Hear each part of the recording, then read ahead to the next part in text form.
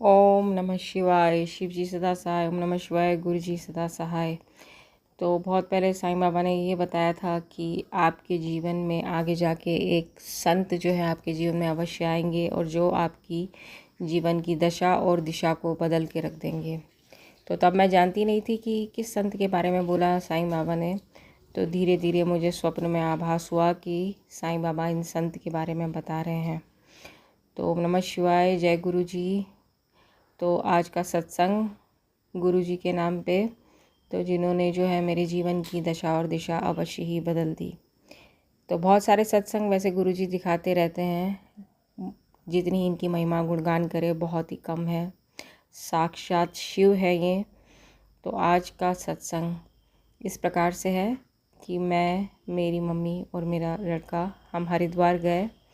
और हरिद्वार में कांवड़ियों का इस टाइम आपको पता है बहुत ज़्यादा रश हो रहा है। तो पूरे 3 घंटे हमको लग गए, लंबा रूट होने के कारण।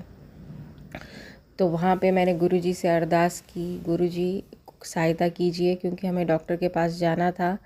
तो किसी न किसी तरीके से हमारी सहायता कीजिए, किस प्रकार हम पहुँचे डॉक्टर तक। तो डॉक्टर तक का पहुँचने का मार्ग जो है वो पुलिस वालों ने बंद कर रखा था और कोई भी जाने की कोई उस साइड से स्थिति नहीं बन पा रही थी।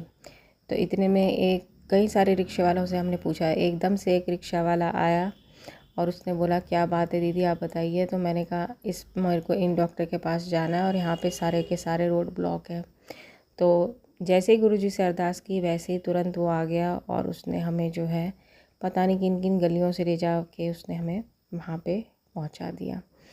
गर्मी बहुत ज़्यादा थी, बहुत अनकंफर्टेबल था वहाँ पे, लेकिन पता नहीं उसको गुरुजी ने कहाँ से भेज दिया और हमें वहाँ तक सुरक्षित पहुँचा दिया। और इतना भला था वो आदमी कि उसने बोला कि वापसी में आप मेरा मोबाइल नंबर रख लीजिए, मैं वापस आपको गाड़ी तक, अपनी कार तक आपको छोड़ दूँगा। तो यहाँ से तो हम कार से गए, उसको हमें कहीं पार्क करना पड़ा।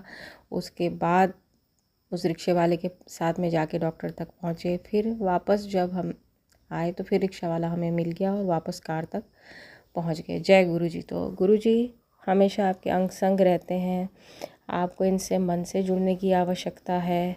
आपके जीवन का सारा पथ जो है सुगम कर देते हैं। बहुत एक बड़ा सत्संग है जो मैं यहाँ पे नहीं बता सकती किसी कारणवश, कि किस प्रकार से उन्होंने मेरे जीवन को एकदम बदल के रख दिया।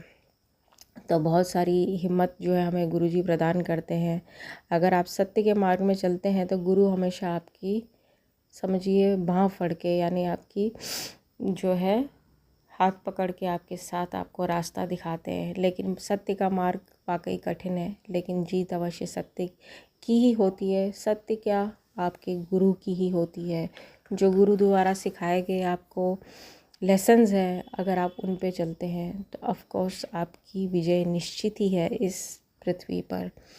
तो एक अच्छा जीवन जीने के लिए अच्छे गुरु की होना, उनकी भक्ति करना और उनके जितने भी बताए हुए हमको जो पथ है उनको सुनना, क्या क्या बातें हमारे गुरु कह रहे हैं उनका अनुसरण करना, उनको जीवन में आत्मसात करना, यही जीवन का उद्देश्य होना चाहिए। जय गुरु जी। शुक्राना गुरु जी। गुरु जी वैसे रोज़ ही 777 के रूप में, तितली के रूप में हमें ब्लेसिंग देते ही रहते हैं। कई सारे इन्होंने कष्ट हमारे काटे।